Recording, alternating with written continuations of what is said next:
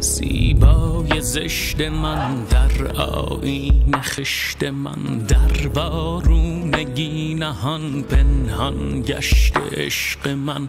هی گفتم برو نمان، رفتی ماندن مرا. کج فهمیده بود شعر آواز خواندن مرا. من خود جاهلم به این که چیز خواسته دلم. در سر در گمی مرا حیران کرده ای دلم. دارد چین میخورد کم کم پیشانیم. من هی می نویسمت، تو هی می خواهیم.